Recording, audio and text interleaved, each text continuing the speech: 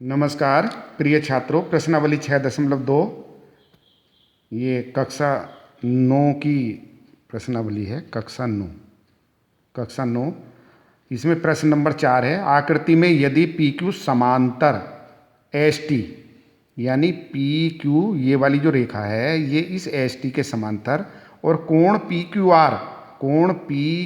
Are ये वाला कोण 110 अंश और कोण आर एस टी यानी ये वाला कोण 130 अंश है, तो क्यू आर एस ज्ञात कीजिए। क्यू आर एस हमें ये वाला कोण ज्ञात करना है। तो देखिए जो चीज़ इसमें दिया है हमने उसको लिख दिया हल में। पी क्यू समांतर एस टी कोण पी क्यू आर बराबर 110 अंश, ये कोण हमारा 110 अंश, आर एस टी ये हमारा 130 अंश, और हमारा टारगेट है इस कोण का मान निकालना।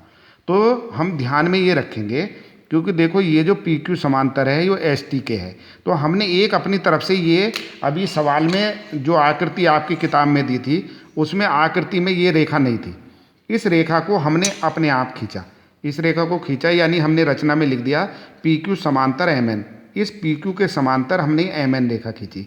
अब क्योंकि पी क्यू और एस टी समांतर है तो ये आपस में एस टी पी क्यू और एम एन तीनों एक दूसरे के समांतर हैं, तो ये हमने खींची। अब इसमें ये देखिए, अगर मैं इसको थोड़ा सा आगे बढ़ा दूं या यहीं पे ये समांतर रेखा इसके समांतर ये है और ये एक तिर्यक रेखा है, तो इस पे नियम लागू होगा। अब ये अंतः कोण है, ये दो एक और बने अंतः कोणों का योग 180 अंश होता है। तो हमने लिख दिया कोण पी क्यू आर प्लस कोण क्यू आर एम, ये वाला कोण क्यू आर एम, इतना कोण क्यू आर एम ये बराबर 180 अंश। क्यों? क्योंकि वो एक और बने अंतः कोण है। ये नियम है कि दो समांतर रेखाओं को जब एक तिर्यक रेखा काटती है तो उसके एक और बने अंतः कोणों का योग 180 अंश होता है। अब पी क्यू आर ये 110 अंश है तो हमने उसकी जगह 110 अंश लिख दिया, प्लस कोण क्यू आर एम बराबर 180 अंश, तो कोण क्यू आर एम बराबर 180 अंश माइनस 110 अंश। कोण क्यू आर एम में से कोण क्यू आर एम बराबर 180 में से 110 घट के 70 अंश, तो हमें ये पता चल गया इसका मान क्यू आर एम, इस वाले कोण का हमें मान पता चल गया कि ये कोण कितने अंश का है। ये कोण हमारा आएगा 70 अंश का। अब इसके बाद इधर भी ये समांतर रेखा हो गई, ये भी समांतर रेखा हो गई और ये एक तिर्यक रेखा हो गई, तो इसका अर्थ ये हुआ इस पर भी वही नियम लागू होगा।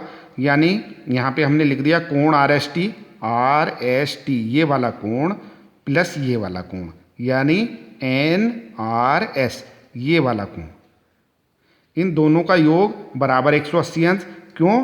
क्योंकि ये एक और बने अंतः कोण है, देखो अंदर की तरफ हैं दोनों, तो एक और बने अंतः कोणों का योग 180 अंश होता है। अब आर एस टी का 130 अंश दे रखा है, एन आर एस बराबर 180, ये 130 उधर गया माइनस में, तो कोण एन आर एस ये हमारा कोण एन आर एस बराबर 50 अंश, ये हमारा 50 अंश आ गया।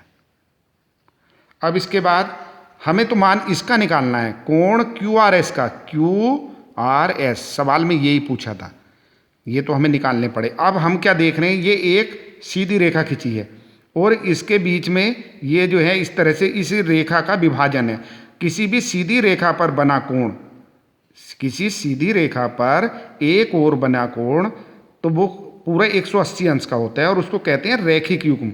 अब चाहे इसमें एक बने, दो बने, तीन बने हैं, कितने भी बने, चाहे दो बने या ज़्यादा बने, उनका सबका योग 180 अंश होगा। तो हमने यहाँ पे लिख दिया कोण क्यू आर एम ये वाला प्लस कोण क्यू आर एस प्लस ये वाला। अब इसके बाद कोण एस आर एन या इसको लिख सकते हैं एन आर एस ये वाला, ये कोण तीनों कोणों का योग बराबर 180 अंश, ये रैखिक युग्म है। क्यू आर एम ये 70 अंश प्लस यहाँ पे इसका मान ये हमने निकालना है, एन आर एस हमें पता है 50 अंश, ये क्यू आर एम यहाँ से रख दिया 70 अंश, ये हमने निकाल रखा है, 180। कोण क्यू आर एस बराबर ये 70-50 का जोड़ था 120, ये सब इधर पहुँच जाएगा माइनस में, और कोण क्यू आर एस बराबर 60 अंश, अतः कोण क्यू आर एस बराबर 60 अंश, यानी हमने इसका मान निकाल लिया 60 अंश। ये इसका आंसर हुआ। धन्यवाद।